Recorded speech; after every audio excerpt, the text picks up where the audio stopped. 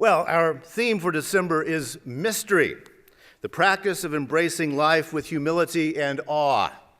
Last week I considered humility and attempted to demonstrate that we darn well better be humble because it's so difficult to know anything. We casually throw around the word truth, but last Sunday I took a shot at demonstrating that it's tough even figuring out what that word means. I drew a distinction between facts, which are measurable, truths, which occur in social groups, and meaning, which is entirely subjective. I was reminded after assembly last Sunday that the motto for the CIA is the Bible verse that I was quoting last week, and you shall know the truth, and the truth shall make you free. Now, I suspect that many CIA operatives through the years have not reflected on the difference between truth and facts.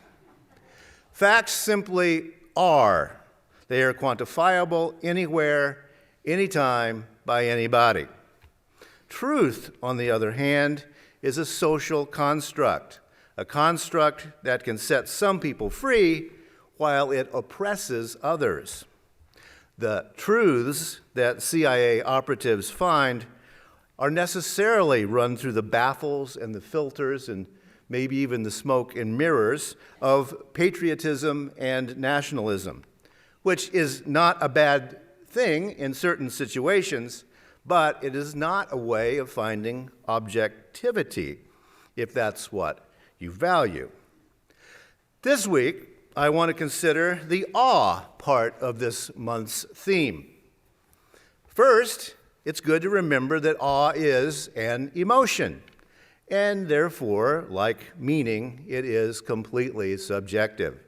One person's awe is another person's ho-hum. Definitionally, awe is a reverential respect mixed with terror, dread, fear, wonder, big stuff like that. We can be awed by nature, a waterfall, a volcano, some grand sort of canyon. We can be awed by the forces of nature, thunderstorms, tornadoes, hurricanes. We can be awed by powerful people, such as monarchs and presidents, dread sovereign, or the dread pirate Roberts, or by famous people like Lady Gaga. If she came in this morning, some of you would be filled with awe and gaga. By the way, next week I do intend to talk about art, both as a creative force and in viewing and experiencing art as a contributor to awe, but that's a whole different subject. We can be overawed by something. We just stop and freeze before some awesome power or personality. For many people, their concept of divinity creates awe, both the concept of a deity that punishes and rewards, and that kind of deity that may be nature itself. Both can cause awe. It's even a title of an old gospel song that begins like this: "Our God is an awesome God. He reigns from heaven above with wisdom, power, and love. Our God is an awesome God." One thing I want to consider today is how each of us has a personal theology based on the many labels that we choose and that society chooses for us. And think about the personal and the subjective theologies that create the way we experience awe and create our worldview. And one way to think about this is to consider the way that Christianity took off in American soil. The Christian God brought to this hemisphere back in the 15 and 1600s was mighty and vengeful, a monarch. The great Puritan preacher Jonathan Edwards preached this, quote, "The God that holds you over the pit of hell, much as one holds a spider or some loathsome insect over the fire, abhors you and is dreadfully provoked."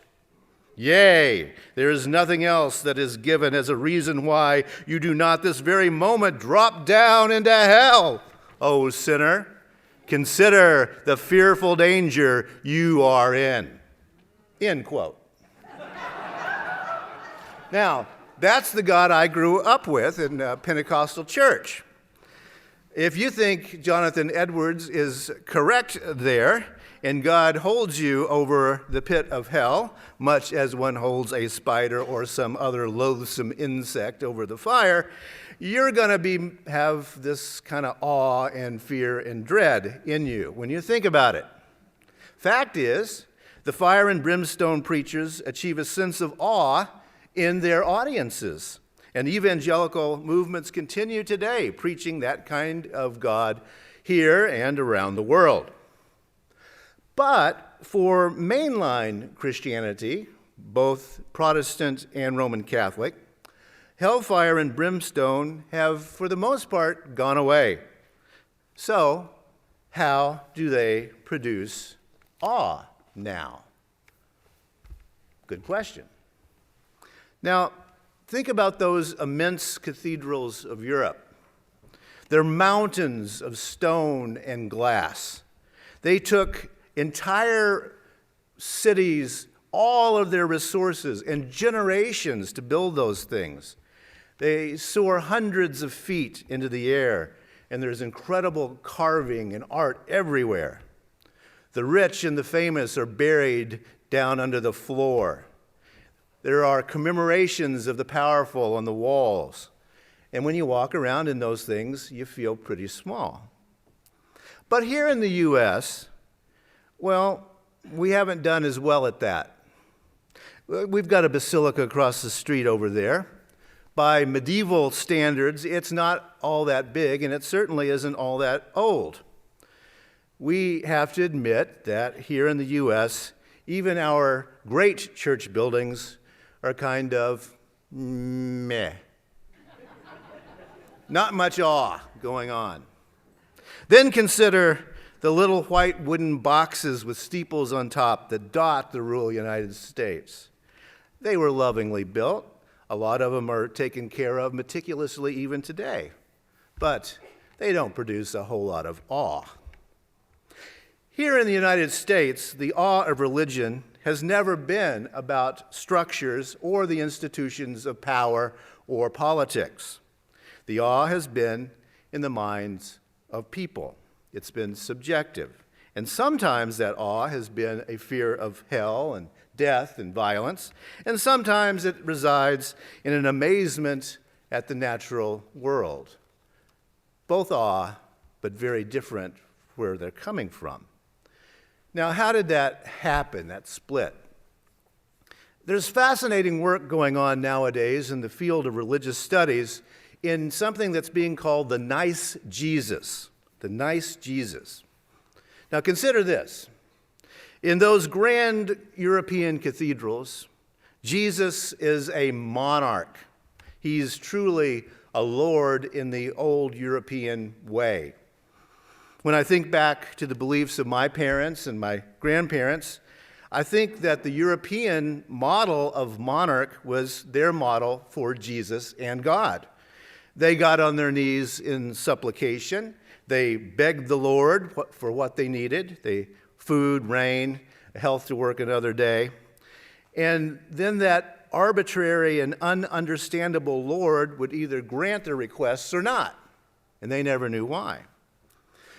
One of my grandmothers often quoted Matthew 6:34, her favorite verse, "Sufficient unto the day is the evil thereof." And that's a kind of a dark vision. But that's how she experienced life. She had to make it through every day, and it wasn't all that easy. And the Lord handed out bounty or suffering, sometimes justly and sometimes arbitrarily, because that's how big, powerful monarchs are. They are awful. But my parents and grandparents were poor folk.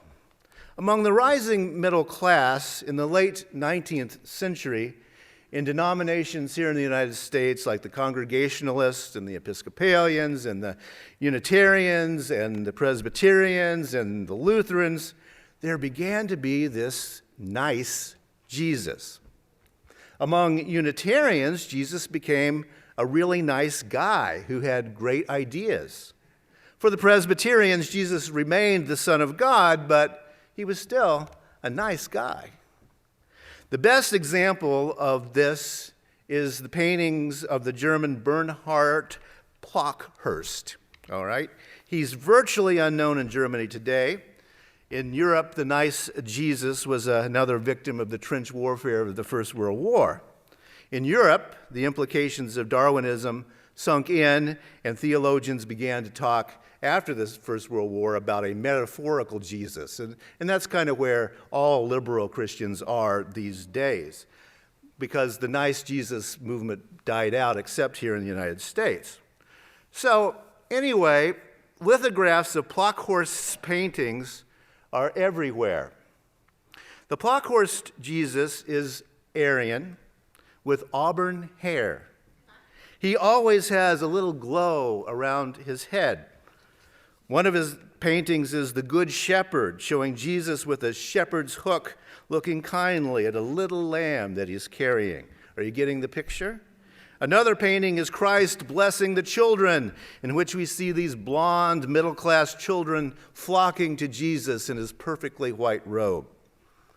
Plockhurst also painted guardian angels looking after children. And if you go on an antique store tour of the cities today, I bet you can find one. They were all over in Victorian-era America. Do you know what the two little kids with the angel, and they're walking over this bridge that's about to fall in for some reason? Yeah, y'all, did your grandparents have, or parents have those? Yeah, see, yep. He's everywhere in 19th and early 20th century America, probably in a great big heavy gold frame. The Plockhurst Jesus definitely had a good dental plan and a personal trainer. Superb barber for that kind of beard, right? Immaculate. And he had a tailor for his bespoke robes, too, I don't doubt. The Plockhurst Jesus was solidly upper middle class, as were all the people around him. And that Jesus was a nice guy.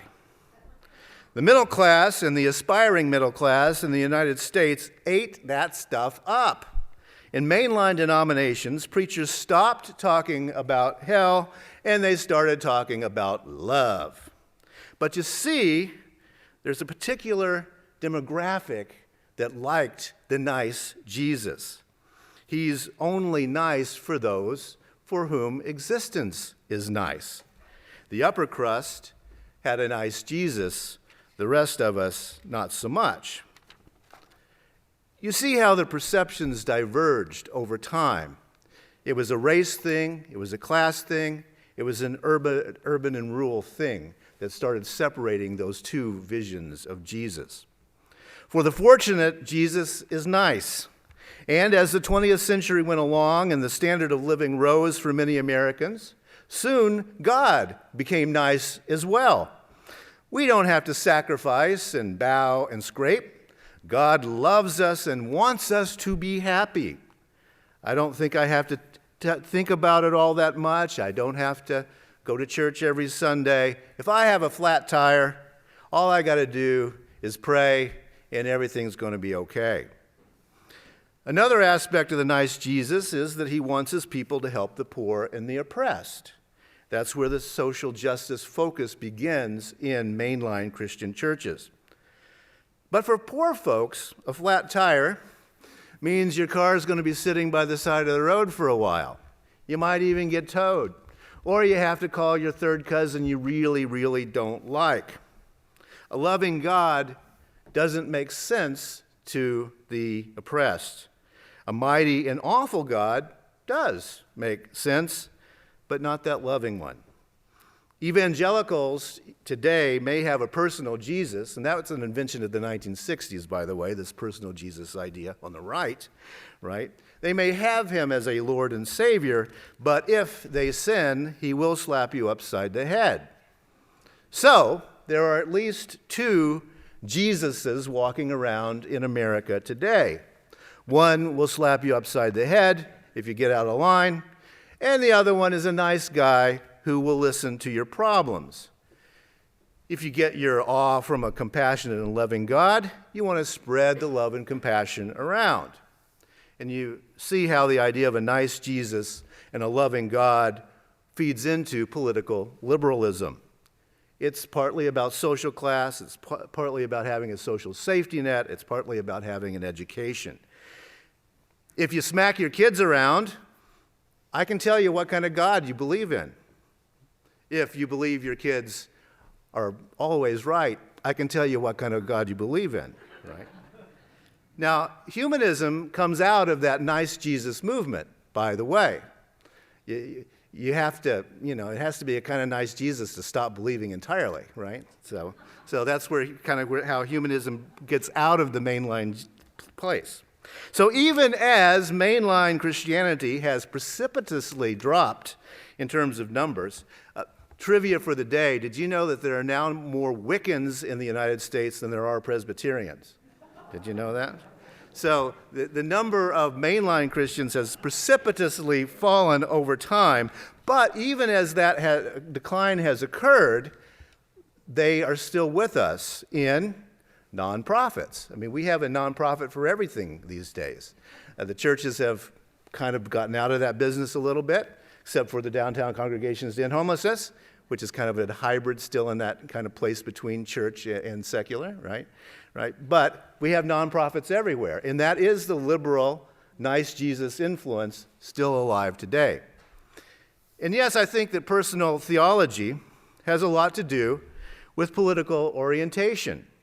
Humanism and free thought in its Unitarian form is a product of that nice Jesus. We're joined in this tradition by secular and liberal Jews who also got their ideas of love and compassion from the prophets like Micah that I talked about last week. What is required by your humanity but to do justice, love compassion, and walk humbly with your ideas. Now, I love the Spanish philosopher George Santayana and his take on lived experience. It's in your order of service this morning at the top. He says, I am not a spectator watching this cataract, but a part of the water precipitated over the edge. You are not an observer. You're right on the brink always. That's what Camille Paglia is getting at in the reading that I did this morning when she says, belief systems are intrinsic to human intelligence and survival. They frame the flux of primary experience, which would otherwise flood the mind. Now notice that you've got Santayana with a cataract, big whirlpool here, right, going over. And you've got Paglia with a rush of water. It's all about getting flooded, right? That's what experience feels like. We need frames to work with in order to comprehend that rush of lived experience. And we need something in life to produce awe, because we need that. Which brings me to my final point. You may have read about the rat park experiments in the late 1970s. They're still being done today, trying to figure out if they're reproducible. The rat park experiments, and it began to get us to think a little bit differently about addiction. The received wisdom going into the rat park experiments was that rats would always get themselves addicted to opioids if they had the chance. You put rats in a cage with opioids and food, and the rats get addicted and eventually starve to death because they love the opioids so much. Now, in the rat park experiments, the researchers began with a question. What if it isn't the weakness of the rat, but the character of the cage? The experimenters put rats into big cages with companion rats and some access to sunshine in the outdoors and some toys to play with. In these changed circumstances, the rats did not get addicted to opioids and starve to death. And the difference, I would argue, is worldview. In one, the rat sees the world as a cruel cage. In the other, the rat sees the world as a playground. One has an awful, terrible God, and one has a loving one. Now, think about how you see the world personally. Is it a cage or a playground? Now, I was born into a family that definitely viewed the world as a cage. We were born into sin, and we did or did not save ourselves from eternal damnation by our actions in the world. We struggle to pay taxes and bills, and there's always, as that country song says, too much month at the end of the money. And sufficient unto the day is the evil thereof. We were in a cage, and we believed in a powerful, awesome, awful God. Now, fortunately for me, I happened to be born in the United States when it was getting rich and powerful, and it was even the leakiest boats were getting up a little bit. So I got out of the cage. I got an education, etc. I was one lucky rat. I got to hang out with the nice Jesus. But remember that rock anthem from Smashing Pumpkins. Despite all my rage, I'm still just a rat in a cage.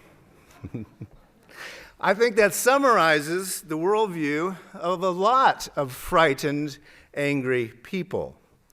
Fear and rage create your theology, right? And it also creates then your politics. It creates your worldview. It creates your life. The rapper Nas talks about getting out of that cage.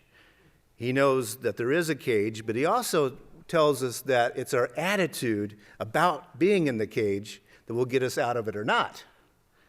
And Nas says, "They home, doing nothing, might as well be in a cage, hating on young brothers, 1 foot in the grave. They used to love us till they found out we got through the maze."